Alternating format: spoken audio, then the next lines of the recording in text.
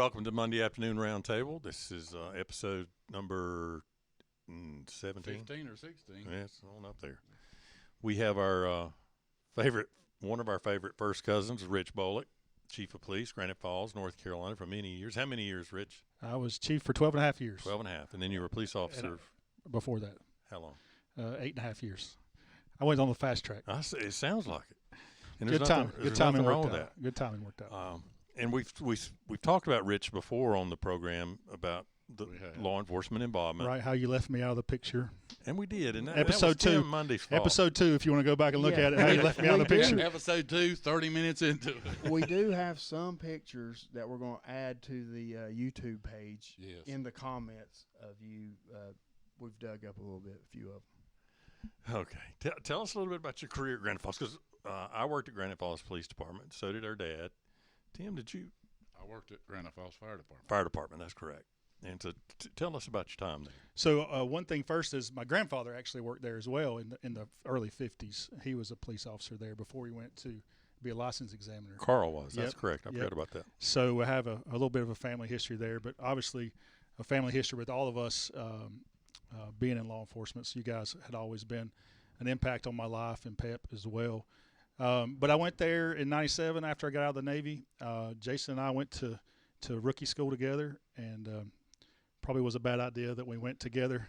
Yeah, we had a good time. Yeah. We did really well, and it was not super challenging, but it was challenging enough. I mean, we worked. Right. One of your instructors gave each one, because I went to your graduation, and they gave each one of you a nickname. Do you remember that? God. I do not remember that, but I don't remember what they were. I can't either, but I remember it was funny as hell. But she talked about how each one of you had a personality of your own, which is true. But the fact that you guys got to go together was pretty neat. It was. It's always good to have somebody you know, at least for the first week anyway. Right. We had a wide variety of people in our class. I actually had a 64-year-old man in our class. Okay. That was a real estate guy from Blowing Rock area, and he just wanted to see if he could make it through, and he did. How many hours was your BLET? 500. I think it was 500 at that point. Mine was 260. I think they're just getting actually the state's getting ready to 180. 180, I think. Mine so. was 240. Okay. It's getting ready to go up again. Wasn't many hours, no. as it should, don't you think? Right. Yes. You can never have enough training, but. So I started there in '97 as a police officer. I worked for Chief Terry Harris that you guys worked with at the sheriff's office as well, and he sponsored us actually to go through BLET. Told us we'd never get a job. Yeah, he said, just because we're sponsoring you does not mean we're going to hire you. And that doesn't mean you're going to graduate, and that doesn't mean you're going to get a job if you graduate. And we walked out of there like, let's be firemen. Yeah. Well, pretty much he said, aren't you Tim's relatives? You probably never make it. That's what he said. No, not at all. But, I just enjoyed the time. I started off on night shift there, and Terry had just started as the chief there, and some people were retiring. And I said I was on the fast track, but it really just worked out that people were retiring and were able to advance. And I finished my degree while I was working there full time, so I would have an opportunity to be chief when it came available. And then in '97 it came available. He retired, and they moved me Good for you. But I worked as a detective for a while as well, for a couple years before that. Worked several homicide cases, I understand. And we're going to talk about one a little later. Tim's going to talk about it. But while you were there at Granite, there was how many officers did you have? I can't remember. We had 14 at the time when I left. We had 14 full time. I think how many was there when we were there? 10? No, there wasn't that many. 8, maybe. 8 to 10 at the max. So when we started, though, we still on patrol. We spent half the day in dispatch and half the day on the road. Mm-hmm. We didn't have full-time dispachers. So I didn't know that. We had 2 guys on the shift, and the first 6 to 12 you worked the radio, and 12 to 6 you worked the road. Okay. And then if things got really crazy, the radio guy took off out to back you up. Well, I mean, we talked about that in one of our episodes, how we when we worked the radio, we'd have to sometimes just close everything down and go out, but that's how it was back then. It was not many officers to work. What year did you go into the Navy? In the '92. Okay, and you stayed 4 years? Yep, till '96. Okay, but your dad was in the Navy as well. My dad was in the Navy 6 years, and I gave him a hard time because in that 6 years he spent 3 days at sea. I spent 3 days at sea my first week. So he was lucky. He was attached to a admiral's tender, and he worked his last 2 years in D.C. And, wow. He would actually work overnights, and then drive back home to Granite Falls, and only took 2 days off. It was a different world back then. But, Well, yeah, it was. From D.C. back to Granite Falls, and spend time with my mom and my sister. You know, she'd already been born, but I hadn't. But and then drive back for his duty. But he was in during Vietnam. He was, but he never got deployed over to Vietnam. And anything. And probably one of the reasons he joined the Navy was so he wouldn't get drafted. But Alan's extremely intelligent, so he worked his way up as a non-com, right? Yes. Yeah, but he did administrative type jobs. He had held those positions throughout his career. So he was a radioman, and obviously you can tell he had a knack for that, because here recently he rebuilt a 50s model MG from the ground up. No, it doesn't surprise me. Watching YouTube. That's how he did it. He could put the space shuttle together if he had instructions. I swear he could. Yeah. So Now Carl was in the Navy too, wasn't he was in the Army. He got drafted in the Army. Yeah, he did just over 2 years, and during World War II. And we knew your grandfather when we were children, because our dad and your grandfather were good friends, and we kind of grew up with him around. So that was kind of neat. And your grandmother Alma, sweet lady. So anyhow, tell us a little bit what you're doing now since you've left law enforcement. Since I left law enforcement, I took a job at Reed's Uniforms. I'm selling public safety gear, police, fire, EMS. We sell all the gear that you wear, everything except guns and bullets, and tasers. We sell body armor, boots, belts, all the uniforms, we sell turnout gear to fire, all the station wear that fire departments wear. It's actually a company owned by my sister and her husband. So Reed's Uniforms, we now have, they started it, and his parents started it in one store in the Asheville Mall. And it was just scrubs back then, nurse scrubs. And we've grown it into what we call the blue line also of goods, blue goods. And we have 13 stores in 5 states. Wow. Up and down the East Coast. So. And how many states do you work? I just covered North Carolina. We have 4 reps in North Carolina. I cover 21 counties from Burke County to Forsyth County. Well, that's a lot of area to cover. Yeah. So, and I know you're enjoying that because it keeps you a little bit into the law enforcement arena a little bit. Exactly. I get to go into the departments and be around the life I've known most of my life, and not have the headaches that come with it. So that's the good part. Jason, I'm gonna turn it over to you. Got a couple of funny stories that I don't know if you concerns me. That concerns all of us. His daddy may be watching. Be careful. Now they're good. They're not, but they're funny. You remember the night I was riding with you, and Chris Robinson got in a chase or a foot chase. It was. On Duke Street. You fell in a hole, didn't you? Yes, I we're did. running behind, and we're laughing. We're laughing as we're running because it was funny. Well, we're laughing because when the chase started, the first thing Chris said was, "Oh yeah," and we heard him, and we took off running behind him, and I think you were behind me, and all of a sudden I disappeared. And then we said, "Stop or we're going to shoot." We go bang, and then you fell. Oh man. Luckily, that was a good one. Yeah, luckily I didn't get hurt. And then the time you arrested a guy for drunk driving, he was Hispanic, couldn't speak English, and he blew like a 28 or a 30. 28, yep. But all he could, we tried to communicate with him, and we said Feliz Navidad, and he kept singing that over. Yeah, it was around Christmas, and at that time I don't know what, maybe just being dumb and young cops, but we brought up Feliz Navidad, and he started singing, and I keyed up the mic so the whole county could hear him singing that. So, but yeah. Man, at 28, it was obviously he was a professional drinker. Yeah, he was actually pretty good for having that high. I mean, he was, probably could get him in for last call one time. Yeah, we probably can if he's still alive. Yeah. In rookie school, we had a real good time. We made some good friends. We learned a lot. I mean, I don't want to discount. We learned a lot. We really put a lot into it. Mm-hmm.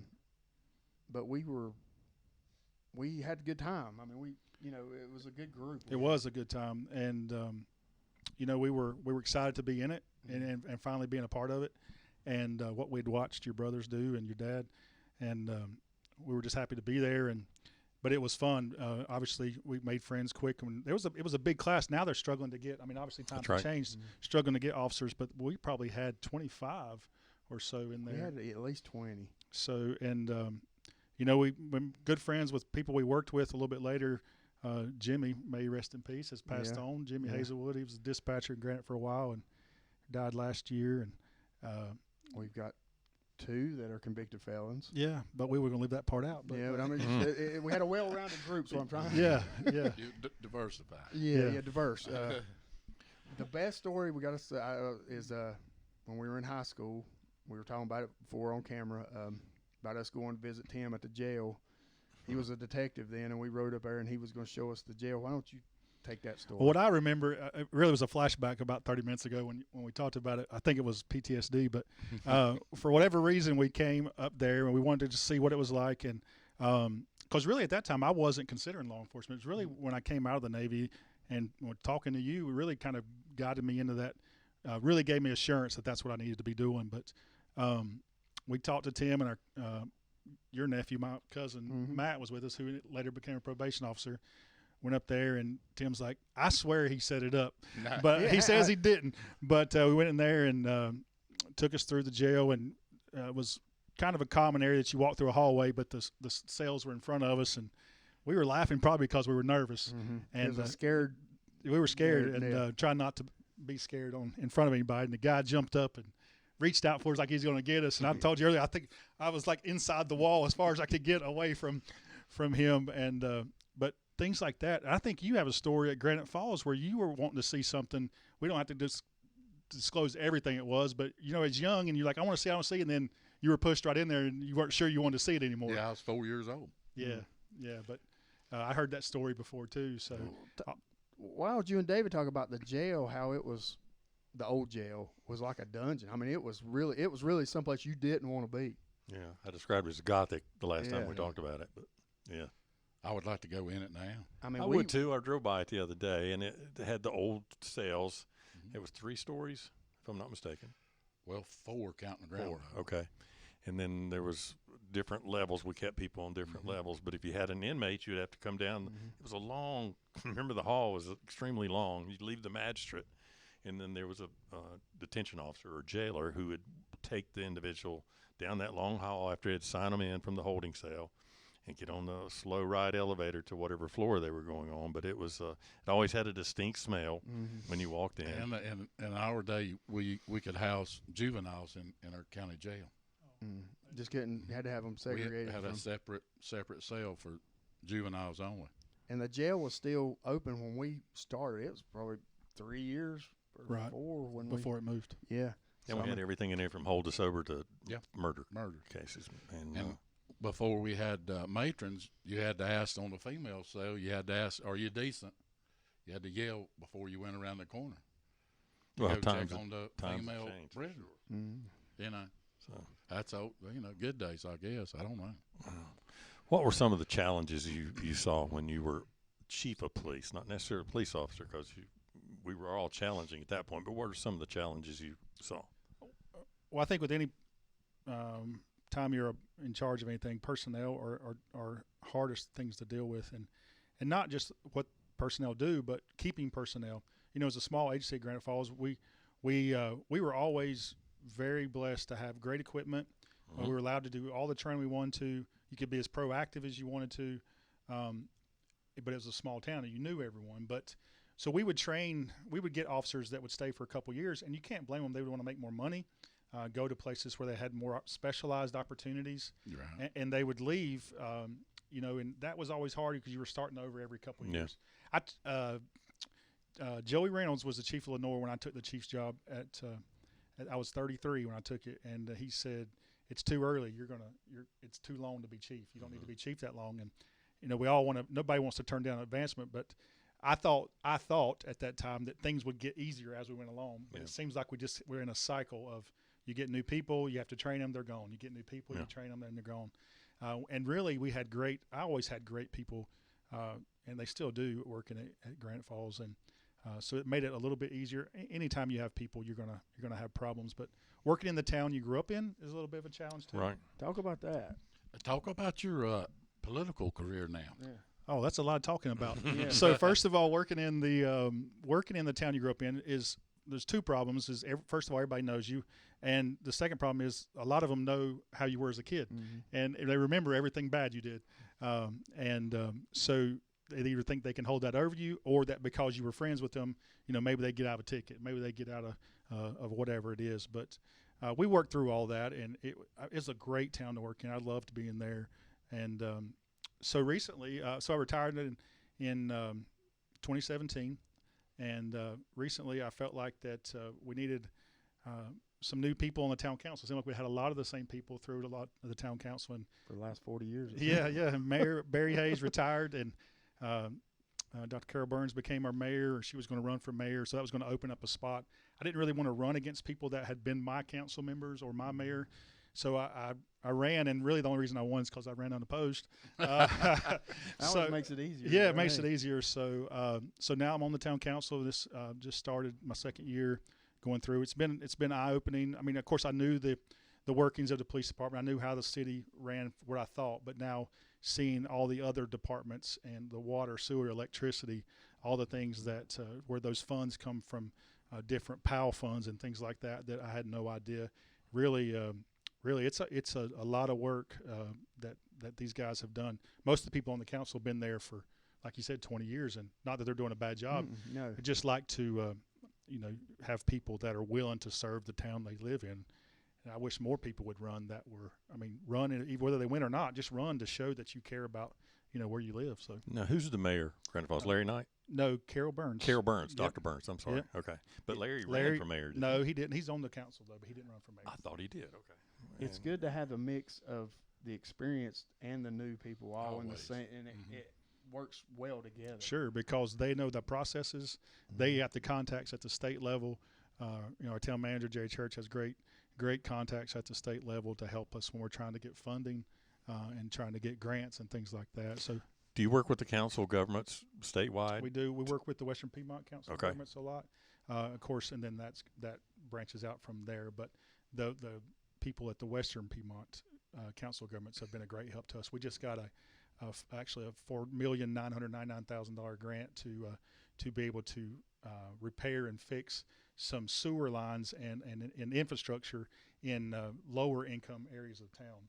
There's still areas in town at Granite Falls that are using terracotta piping No, that doesn't surprise for me. their water. I'm and, sure it's the sewer. same here. Yeah.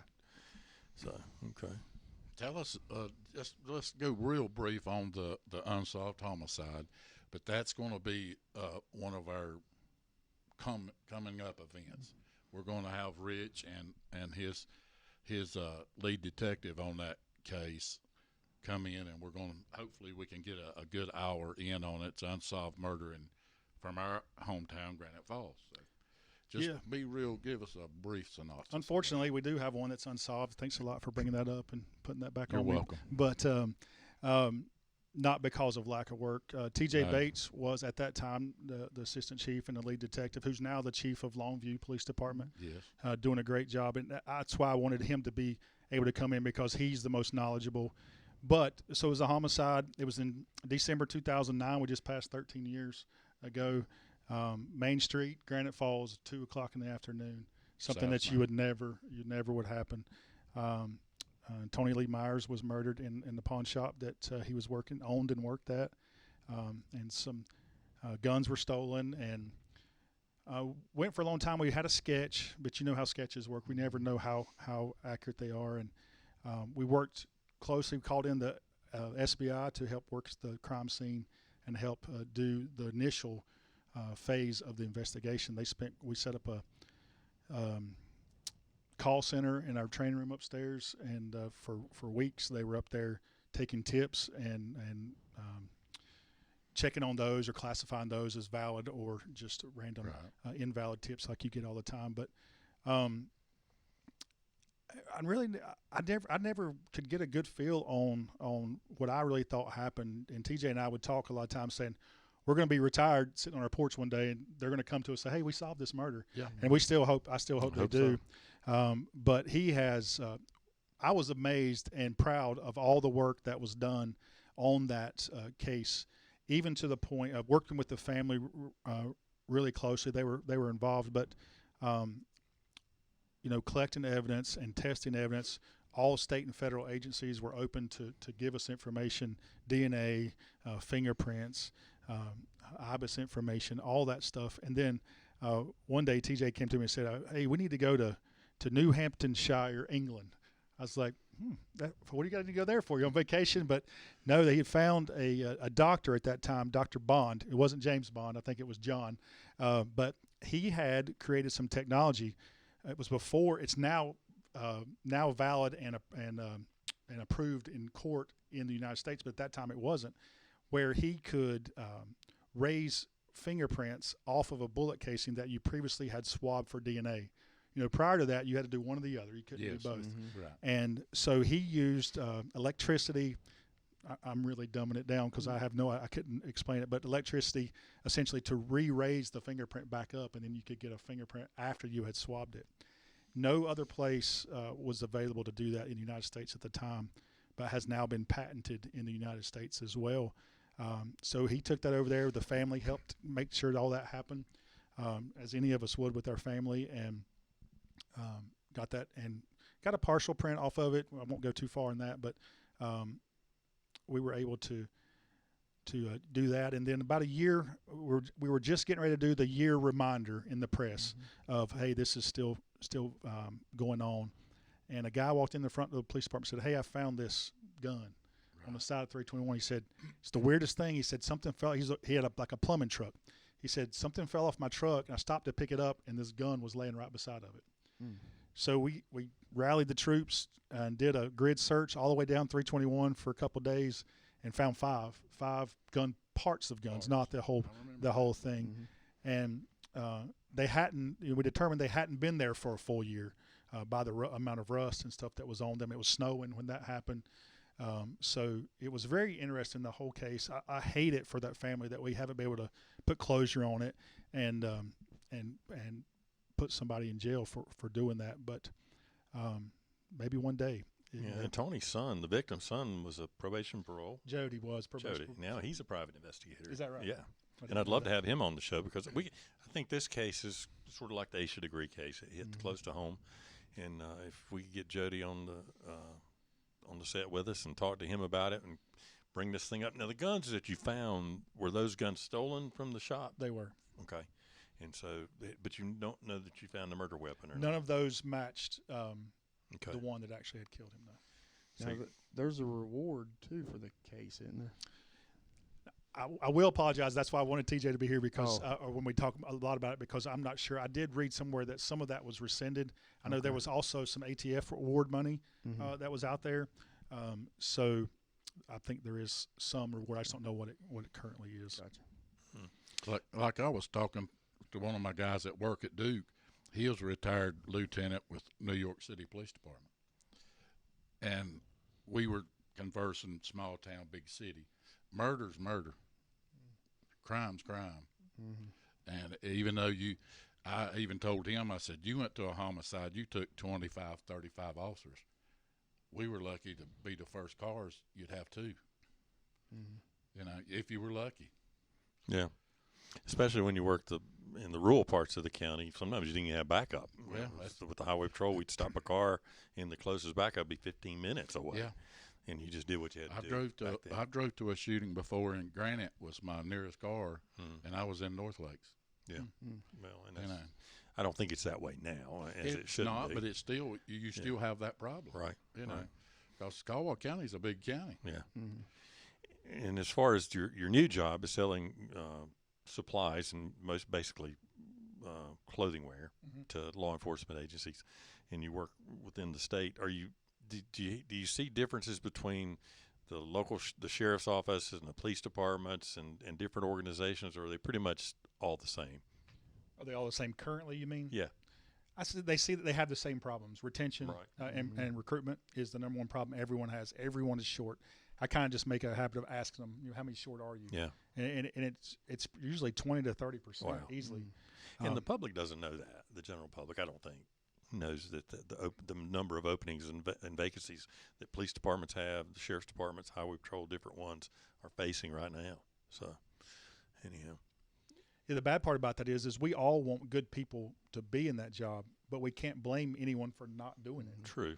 Because it's such a hard position you're in right now.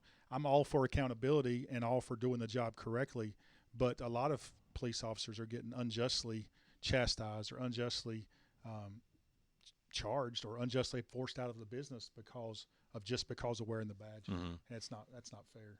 And you talked briefly about when you took the job, you didn't have that many years. You were a young, for the most part, police officer, but I think you were the right choice for the time, and you were able to come in and bring a little. I'm not saying the previous chief wasn't, but you brought your education in. And you were able to do some things administratively to change the department, policy and procedures, different things you were able to do. But I think you were a good fit for the time. You were at the right place at the right time. Sure. And there's nothing wrong with that. So No, I always had said it's a calling from God, and that's where He wanted me. There you go. That's why it worked out. All of us. I mean, doing that job, you have to be called, or you can't make it. that's true. Your veterans you had at Granite were Paul Britton, Mm-hmm. Sandra Brown, Right. Paul Haggerty, maybe. He'd Was already he- left, but Jamie was there. Jamie actually trained me. He was my training officer. If you could call it, that's what we had then, but it wasn't. Who else? Who else were the Steve veterans? Porch, Steve. and then Elmore, Jerry Elmore, but he had left shortly after I came there. And then Steve Kirby as the detective for many, many years. A lot of years' experience there. And who replaced you as chief? Chris Jenkins, and he's currently still the chief. Okay. Where's Chris from? Chris grew up in the Lenore area, went Okay. to High Brighton High School. I thought he was from somewhere else. No, Okay. he's from the area. He actually worked as the lieutenant and captain through Granite.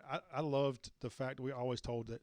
I remember when I was a detective at Granite, one day Chris and TJ were working at the sheriff's office, and we were working a case or a similar case, and they came by and picked me up, and I was a new detective at the time, and I really learned a lot from both of them, and was glad to have been able to spend time with them, when they were at the sheriff's office, and then they both were able to come and work there at Granite with me, and both super knowledgeable about law enforcement and about policy, procedure, how to do things correctly, Mhm. how to interact with the public.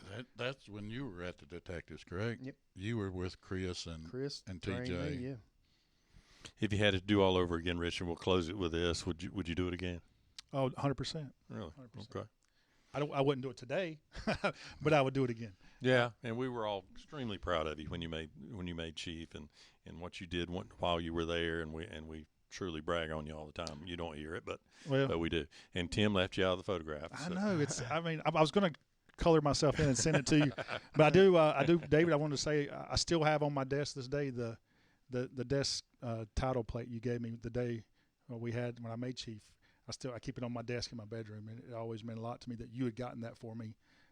Among the other things, you all three of you, and Matt and Pep, and really in my granddad's last few years, we really bonded a lot over what the job was and that we had never done growing up. Right. And it was pretty cool that I got to spend that time. Most of the way he was telling me what I was doing wrong, but it's okay. Well, he told me a time or two what I was doing wrong, All but he of was he was like our godfather for sure. I Yes, mean, yes. when I had an issue, a lot of times he'd say, "Here's what you got to do, son." Here's who you need to see. Yeah, he would hook us up with the right person for sure. And he was over at our house often, even till he died. I mean, he was. Yeah. Yep. He was a part of regular- our family. I mean, Yeah, he really was a regular visitor. I mean, once a week probably Yeah. more. I know you said you were going to wrap it up, but I'd be remiss if I didn't say that's some of the best times of my life growing up, spending time at your mom and dad's house. And my parents be over there playing cards with y'all, and Jason and I watching the Dukes of Hazzard and Incredible Hulk. Yeah, no watching Friday while night. y'all were playing cards and stuff, and David Bates would be over there, Yeah. and just that group. I mean, I didn't even realize at the time what an impact it made on my life to what I was going to become later on down the road. So I do appreciate all that. Well, and that opens up another thing. The Dukes of Hazzard you talk about. Did you ever get to meet James Best, Roscoe? Roscoe, I did. I got to He meet him. lived not far from Granite Yeah, Falls. right so. up in the Dudley area, right off White Road. Bethlehem. Bethlehem. Bethlehem, okay. At the golf course over there. But You know who he one has of his since died. students were? Who? Quentin Tarantino. Really? Yeah, his acting school. Wow. We're all about history here. Yeah, sorry. Anyhow, Worthless knowledge. We hit a milestone. Yeah. We hit 500 members this we week. Sure did. I think they heard I was coming. That's right. That's it. why. Yeah, Everybody wanna jump. be, yeah. No, my wife and I, we love watching these on Monday nights. Man, it's such a good information, and she's especially what you guys did on the Idaho murders. Man, she's such a she True loves crime. to get true crime stuff, and you guys, the stuff you're doing. Of course, Last Call is always great, and I love the one episode 2 is just about Pep. Man, it was awesome. that was fun. And we had a viewer that he recommended that. He said, I knew your dad, Mark Baumgartner. I don't know if you remember Mark. He said, why don't you guys talk about your dad? And, So that'd be great. I think that one went well. But the last call, it's kind of hit and miss. So we're going to do a last call here in just a few We've minutes. had last calls that we could not air. Yeah. So, And I want to give a lead in to the next week. I want to have a friend of mine, David Doan. And David's from England. He was with the military there when he was a young man, and he's going to come in and talk about his career and do a last call with and us. he's a good guy. He's great, and I think you'll enjoy that show. But we're going to close this one out. Chief Rich Bolick, thanks for coming in. Thank you, And sir. I hope this won't be the last time. We'll do it again. You going to stick around for last call with I'm us? going to stick around and try it. We'll see how it goes. Well, good deal. Thanks, everyone, for joining, and until next time.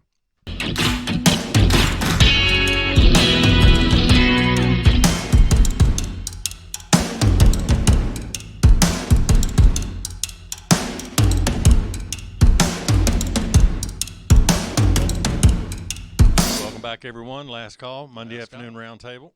We got a special blend with us today. Jason, go ahead and tell us about it. This was donated by our guest today, Rich, and our friend Jeff Prince. They brought it for us. It's a Bullet Bourbon Frontier Whiskey. Founded in 1987, it's one of the fastest growing whiskeys in America. Has a bold, spicy, yet distinctly smooth taste out of Shelbyville, Kentucky.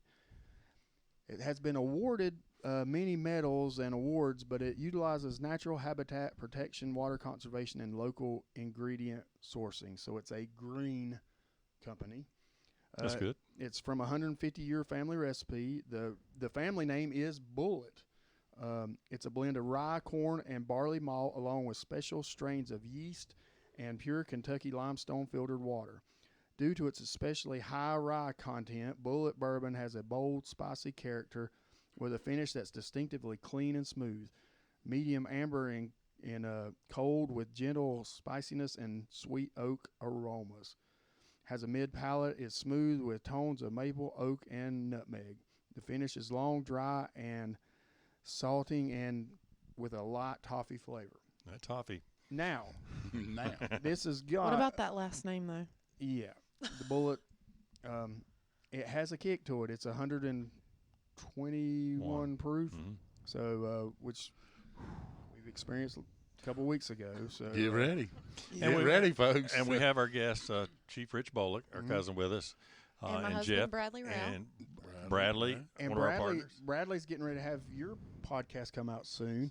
What's the name, Bradley? Here. The Hustler. The Hustler. Go ahead, give us a little spill. Am I gonna have to? Okay.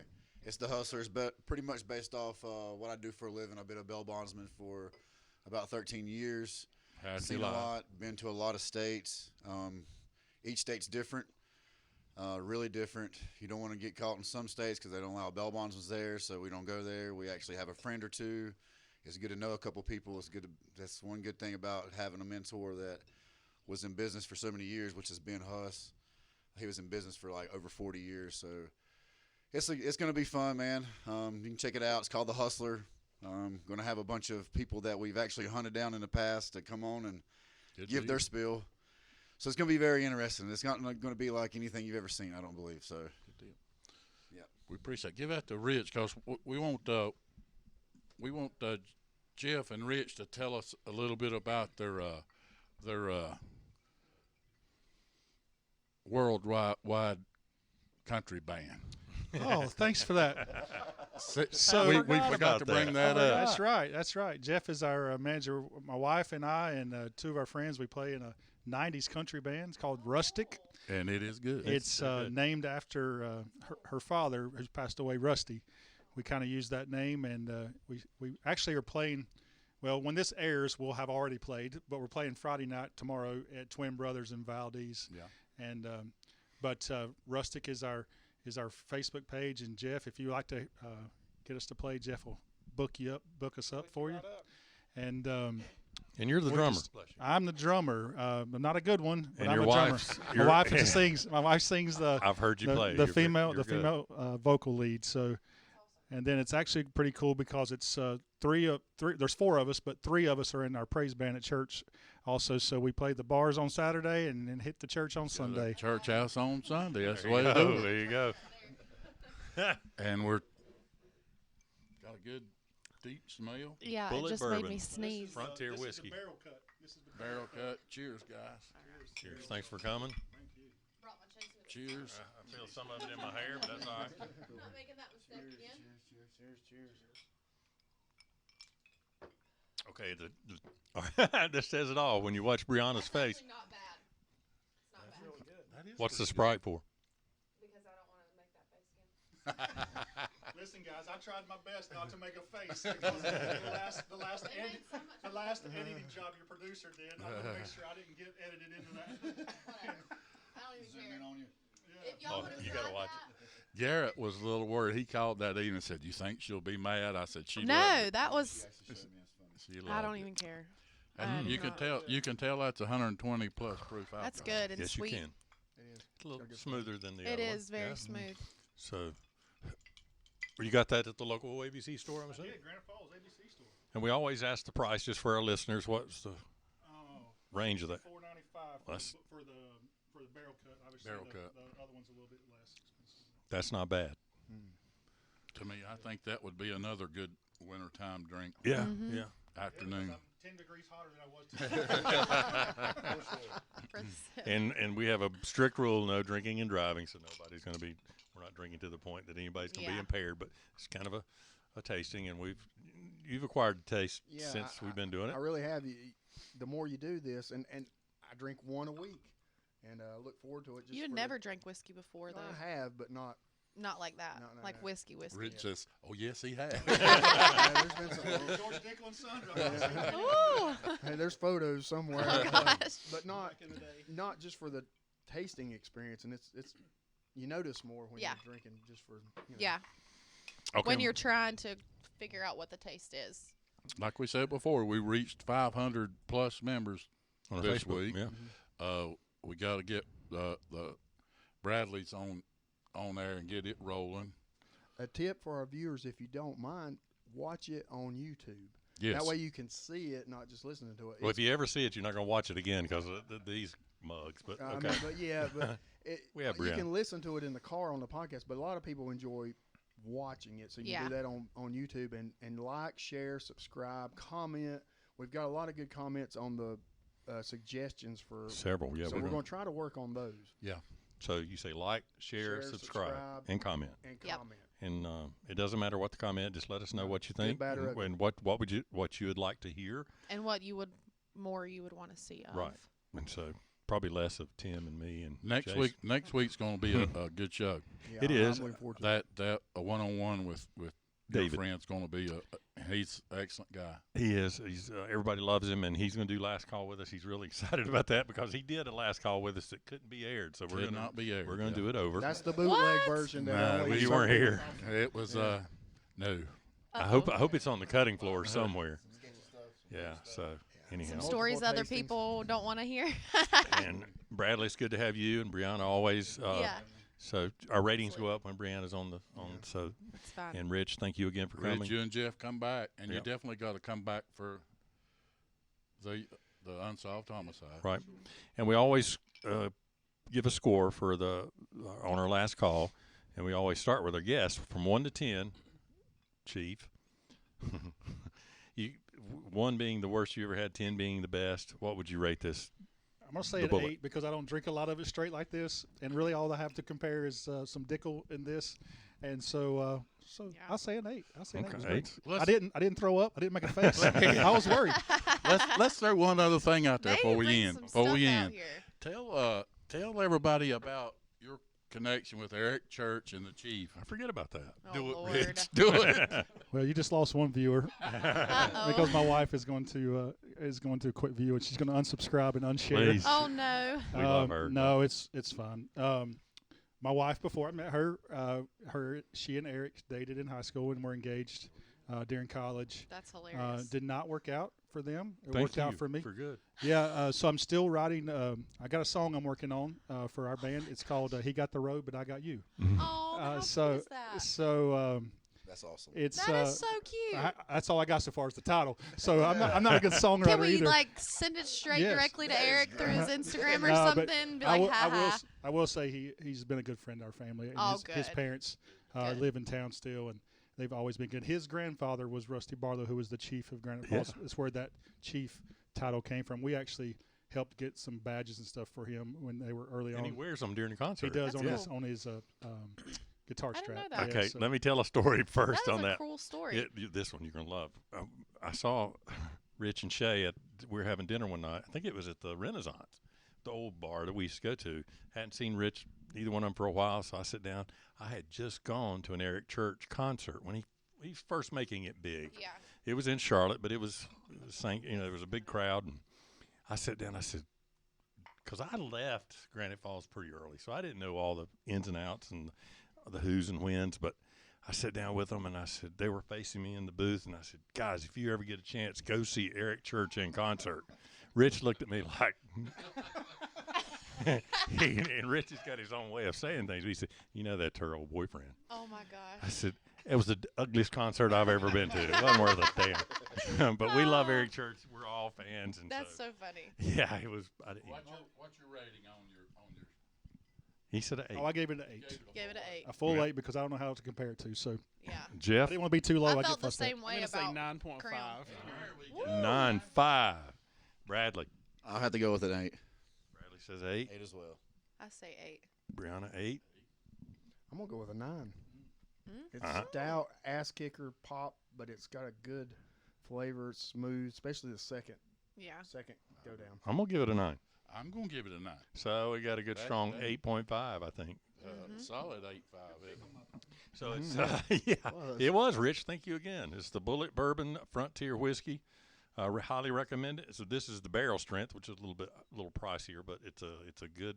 It goes down easy. It does. So, again, thank you everyone. I appreciate our guests. Thanks everyone for joining last call. And so until the next time, Thank y'all. Monday Afternoon See you then. Roundtable. Bye.